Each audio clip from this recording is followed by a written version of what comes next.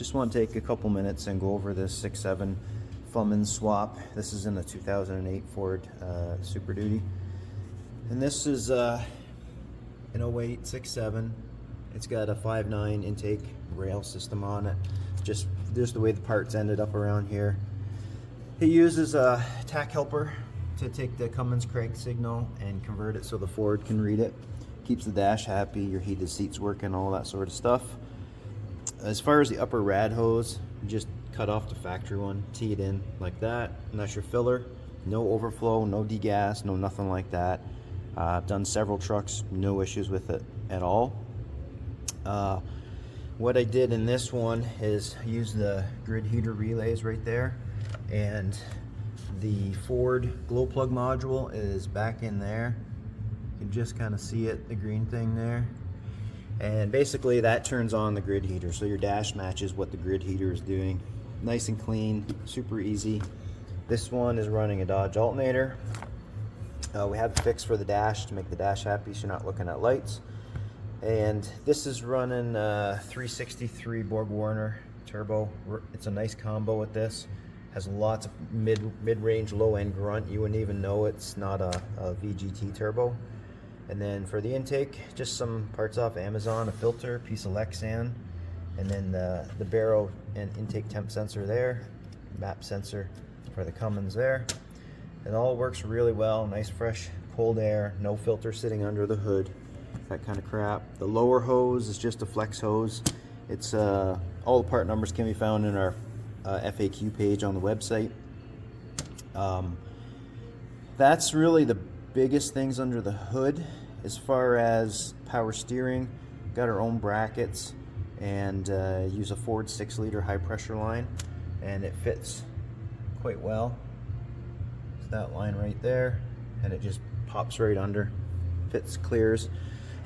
Personally, on these common rails with the 6.7s and the 5.9s, the ECM, which is laying right down here, I just make up a couple tabs and mount it. It's out of the way, doesn't touch anything. Seems to be the best spot so far. You can put them further back, but it's a bit of a pain with the wiring. I find that's the easiest way to do it. We do the wiring right here in-house, don't ship it out or anything like that. It's really not that complicated once you study that wiring. If it's not for you and you're in a pinch, just feel free to reach out to us. We can send you any info you need or help you along the way. As far as torque converter selection and stuff like that, it's always a bit of an issue when guys start asking, and there's a lot of misconceptions, I think, from other trans guys. And the same thing goes, like engine mounts in this one are from Destroked, real website.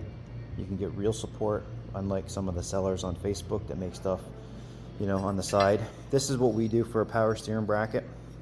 Bolts in place of the Dodge one, and basically put your pump up to and drill it and index it. Have not started selling these or anything yet, but very basic. Done lots of trucks with these. Works quite well. As far as the torque converter goes, ideally you want to have a good, fresh converter. Stock stall, a little bit lowered if you can get it done. If not, just a good converter. This one is just like your Sonax style kit with a billet cover on it. And a lot of guys will say a stock single disc or a multi-disc. Even a stock converter has a multi-disc. They're just smaller because this case will be rounded and you just won't get as many discs in there.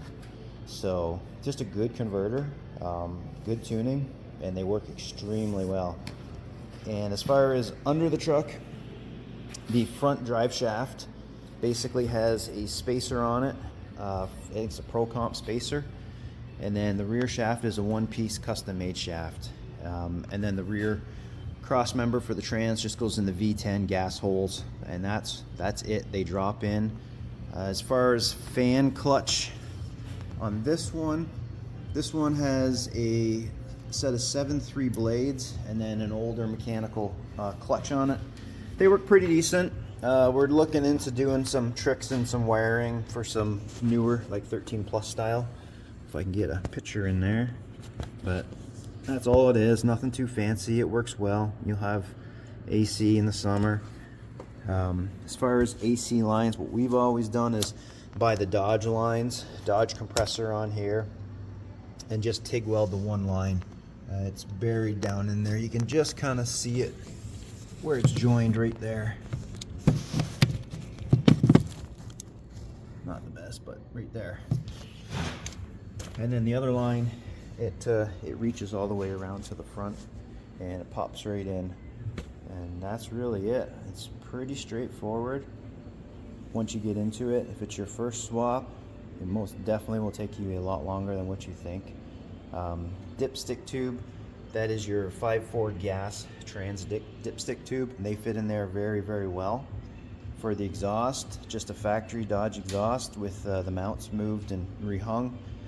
The cast elbow on your turbo, just knock the indexing pin off it and rotate it, and you can get it right through there without any mods, and you'll be quite happy with how it fits. So that's the most of it. And then the other thing is the tuning side of it. To get it tuned right, you want to pick and choose who you use. We've done lots of these trucks, fixed a lot of other guys' messes.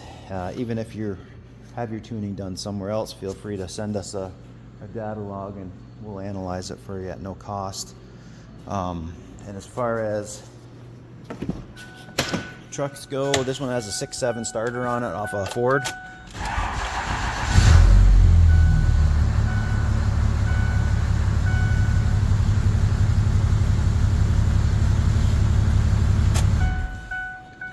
Tip start works just like factory.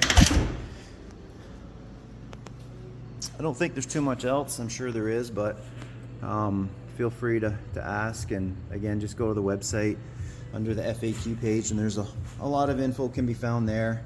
If you need wiring info, just reach out. If you need help, just reach out. If you need some parts, just reach out. Destroked is one of your best sources for a lot of the parts, and I can't stress enough that buying stuff off the guys that make parts on the side on Facebook has led to more problems than anything. So a few bucks extra will definitely get you what you want with the proper support. Any questions, just reach out and we'll be happy to help. FumminsTuning.com.